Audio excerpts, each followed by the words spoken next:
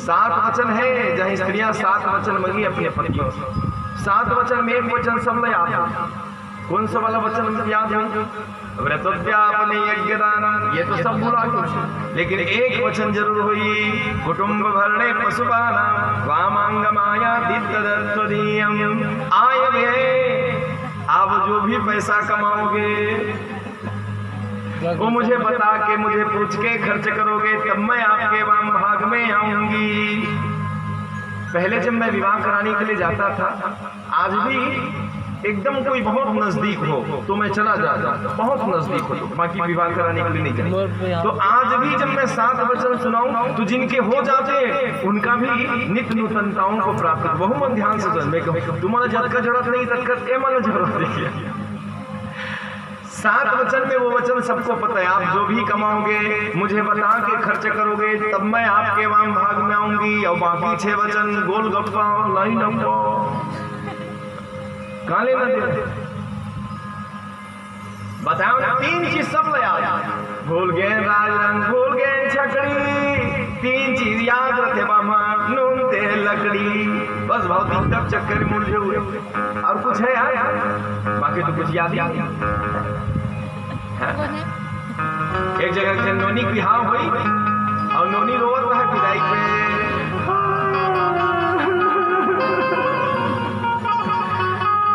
अब वैसे सबके गला लग के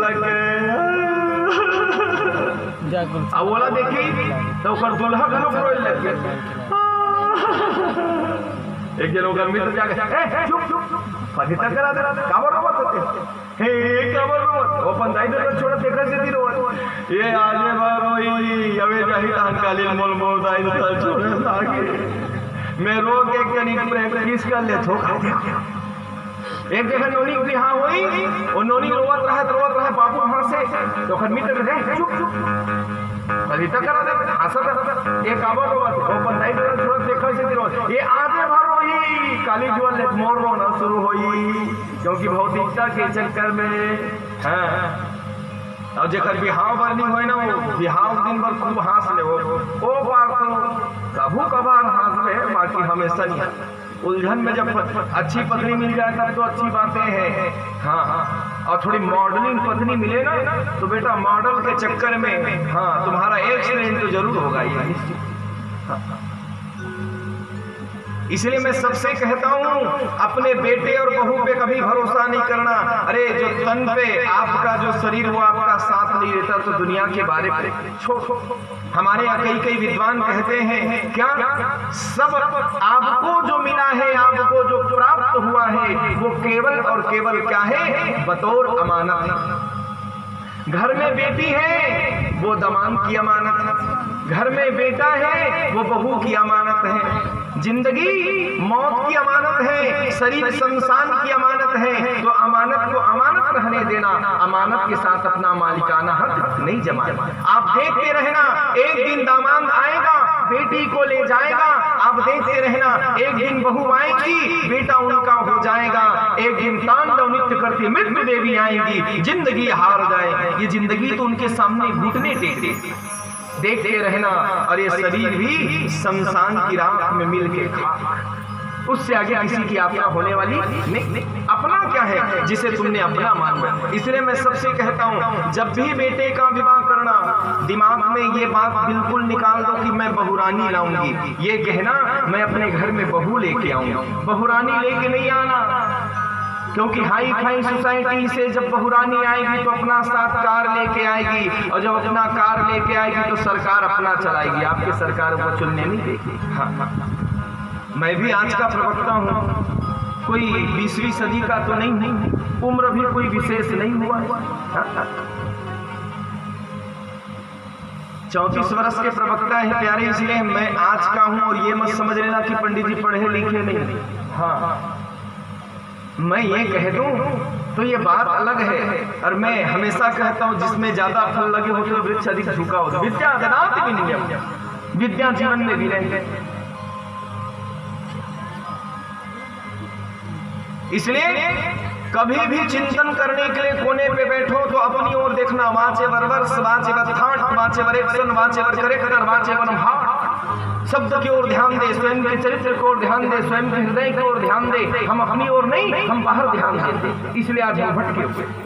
अपनी ओर ध्यान दो, अपने वास्तविकताओं को समझने का प्रयास करो। और याद रखना माताओं, आप अगर बहुरानी लेके आओगे तो अपने साथ कार लेके आएंगी, और जो कार लेके आएंगी वो अपना सरकार भी चलाएंगी। और संस्कारवान बहू लेके आओगे तो आपके घर को वो स्वर्ग बना देगी।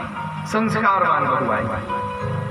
और बहुरानी लेके आओगे वो आपके घर को स्वर्ग बनाए या ना बनाए, लेकिन आपके फोटो पे एक माला डाल के आपको स्वर्गवासी जरूर बना देंगे। इसलिए भैया निर्णय आपके हाथ में कि बहुरानी लाओगे कि बहू लेके आओगे।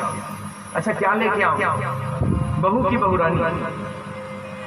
दोनों लेके आओ। बहू, हाँ ठीक, दो भी ला सकते हो। दो बेटा है तो एक के लिए बहुरानी लेके आ जाओ, और टाइम खाए धुआंधार तेज तलवार, अब एक के लिए बहू लेके आ जाओ। हाँ, सब बहू देखने के लिए जाते हैं तो यही ढूंढते हैं, शांत, सुशील, धैर्य। कोई ये नहीं चाहता धुआंधार तेज आंधी तूफान। साल भर चल जाए तो बहुत बढ़िया है। अक्सर मैं कहा करता हूँ, बेटे का विवाह नहीं हुआ है तो बेटा किनका है? आपका। और बेटे का विवाह हो जाए तो फिर बेटा किनका है? जोर से बोलिए। आपका है? हाँ, तो आपका नहीं, फिर समझ लो गई भैंस पानी पे। हाँ, और आज कितना प्रेम दिखा के सगाई हो उनके, 1 घंटे बाद लोग मोबाइल पे लगे होते हैं। हाँ, 12 1 बजे रात तक बोलते, हमें पता नहीं वो क्या बोलते हैं। हाँ, वही जाने, वो पागलपन। 2 पागल को तो मैं कुछ दिन से संभाल ही रहा हूँ। हाँ, और क्या बोलते, 3 पागल संभालता हूँ। आजकल तो एक नया पागल प्रारंभ हो गया। 3 को संभालना पड़ता है। हाँ, अब समझ में आई बोलते क्या हो। 12 बजे 1 बजे रात तक केवल मोबाइल की उंगली चलती है। हो गया सगाई, कल आज नहीं तो कल ब्याह होगा, और सब कुछ अभी बोल लोगे, जब वो आएगी तो क्या बोलोगे? याद रखिए प्यारे, जब हम किसी से विवाह करने के लिए जा रहे हैं तो हमारे अंदर उन्हें प्राप्त करने या उन्हें पाने की या उनसे बातें करने की एक ललकताएं होनी चाहिए। पहले जमाने में जब विवाह हुआ करता था तो पहले मैरिज होता था, फिर लव होता था। आज पहले लव हो रहा है, फिर बाद में मैरिज हो रहा है। ये उल्टा सीधा हो रहा है। पहले लोग दूध में पानी मिलाते थे, आज पानी में दूध मिला रहे हैं। हाँ, अब आप कहोगे महाराज इससे है तो बहुत विशेष अंतर है। तब लोग अपने प्रतिष्ठा दिखाने के लिए बड़े बड़े हाथी, कोई घोड़ा, कोई गौ माता पालते थे। आज लोग अपने प्रतिष्ठा दिखाने के लिए कुत्ता पालते हैं। उल्टा का पुल्टा तो हो ही रहा है। हो रहा है कि नहीं हो रहा है? अभी किसी को कहे तो पढ़े लिखे नौजवानों को कि भैया बछड़े को उधर से रस्सी से बांध के लेके आओ, तो लोग अपना वो समझेंगे भैया हमारा स्तर तो बेकार हो जाएगा। हम एक बछड़े को लेके जाएंगे, पढ़े लिखे लोग। अब इनको कहे तो कुत्ता को जाओ 1 राउंड घुमा कर, तो कुत्ते के साथ कुत्ता बन के वो आगे दौड़ेगा, ये उनके पीछे ये भी दौड़े। इनमें सम्मान समझते हैं। मैं तो ऐसे घरों में गया हूँ जिनके घर में कुत्ता नहीं है, फिर भी दरवाजे पे लिखा जाता है कुत्ते से सावधान। स्त्रीलिंग बहुलिंग, स्त्रीलिंग पुल्लिंग तो छोड़ दो भैया, आजकल तो लोगों को लिंग के बारे में ही पता नहीं है कि कौन सा लिंग लग रहा है। अब बोला बताइए, कोई अपने घर के दरवाजे पे लिखे कुत्ते से सावधान तो समझ आ जाता, कुत्तों से सावधान एक वचन के बहुवचन लग रहा है, ये भी पता नहीं। हद हो गई। अब तो भैया ज्ञान को इधर से सुन के इधर से नहीं निकालना है, यहाँ से सुन के हृदय घट में उतारना।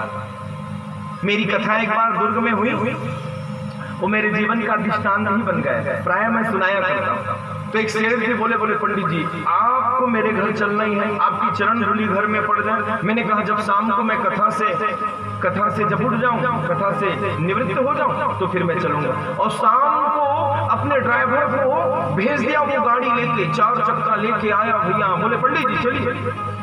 और जैसे ही हम लोग गए, उनके घर के दरवाजे पे लिखा था कुत्तों से सावधान, अंदर में नहीं घुस रहे।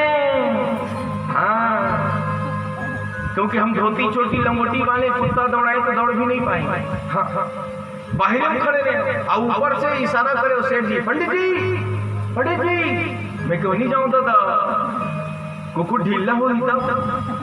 और सेठ जी स्वयं नीचे से छत से उतर के आए, दरवाजा खोले, आइए पंडित जी। मैंने कहा कुत्ता बंधा है? कुत्ता वगैरह नहीं है पंडित जी, लोगों के बीच में दहशत डर बना रहे, भय बना रहे, इसलिए हमने लिखवा दिया गया।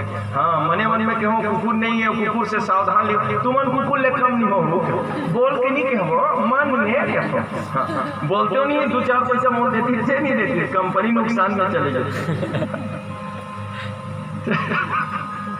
अब आप भला बताइए, श्वान नहीं है और अगर हम ये लिखवा रहे हैं, मैं तो कहता हूँ मानता हूँ, कुत्ते से मेरी कोई जाति दुश्मनी नहीं। आपके दरवाजे पे कुत्ता आ जाए, रोटी खिलाना आपका कर्तव्य, समझिए बात। लेकिन इतना प्रेम मत करना, अत्यधिक प्रेम करोगे तो आपका मुंह चाटेगा और दुश्मनी करोगे तो आपका पैर काटेगा। तो चाटो और काटो से ही दूर रहो, केवल धर्म का निर्वाह करो, दरवाजे पे आए एक रोटी खिलाओ।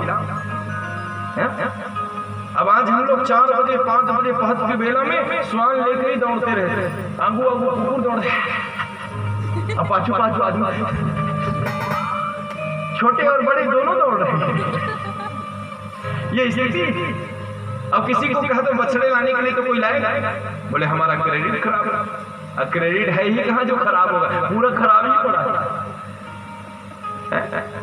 यह हमारी जीवन की घटना है। मैं इसलिए कहता हूँ माताओं कि बेटे का विवाह नहीं हुआ है तब समझ लो बेटा आप कहे, नहीं तो गई भैंस पानी में। अच्छे पुत्र भी होते हैं, ये मत समझना कि सबके बेटे ऐसे होते, बहुत अच्छे पुत्र भी होते। अगर सबके बच्चे इतने अच्छे होते तो मेरा मानना है छत्तीसगढ़ में वृद्धाश्रम की कोई आवश्यकताएं नहीं थी। अरे यार, अपने बच्चे पे हम लोग जन्मदिन पे घर पे केक कटवाते हैं, जरा कभी वृद्धाश्रम होके आओ, अपने बच्चों को ले जाओ। केक कटवाना ये तो पश्चात सभ्यता से निर्वाह कर रहे हो। मंदिर ले जाओ बच्चे को, मैं तो कहता हूँ वृद्धाश्रम लेके चले जाओ, बूढ़े माता पिता को 10-10, 11-11 रुपया दे दो, सबके चरणों में उन्हें प्रणाम कराओ, आपके बेटे को ऐसा आशीर्वाद मिलेगा। क्यों? क्योंकि बड़ों को प्रणाम करने में परिणाम बदल जाता है। अभिवादन चत्वारि वर्धन्ते आयु विद्या यशो बलम, आयु विद्या और यश और बल की प्राप्ति होती। वहां जाओ, देखो जिनके बच्चे हैं संसार और समाज में, उनके ही माता पिता आपको वृद्धाश्रम में। हाँ।